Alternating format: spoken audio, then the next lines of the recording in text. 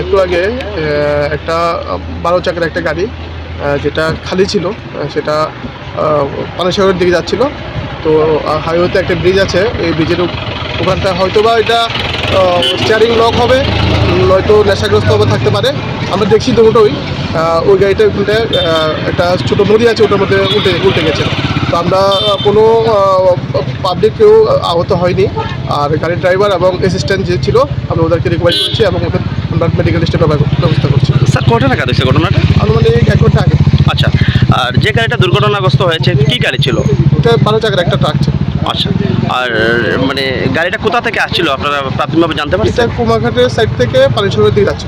আচ্ছা, চড়া এরিয়া ফুদাত্তর থানার সামনেই, হসপিটালের সামনেই গেছে। দুজন আহত হয়েছে শোনা গেছে। এখন গাড়িটা নিচে আছে, গাড়ির প্রধান গেছে না, ওসি আইসে এখানে, ওরা দেখুন করে। আচ্ছা, কি গাড়িও? ট্রাক গাড়ি, 10 টাকা ট্রাক। 12 চাকার জানা গেছে যত। হ্যাঁ হ্যাঁ, 12 টাকা লরিটা। লরি। তো দুইজন মানুষ আহত হয়েছে। দুজন মানুষ আহত আছে, হসপিটাল আছে।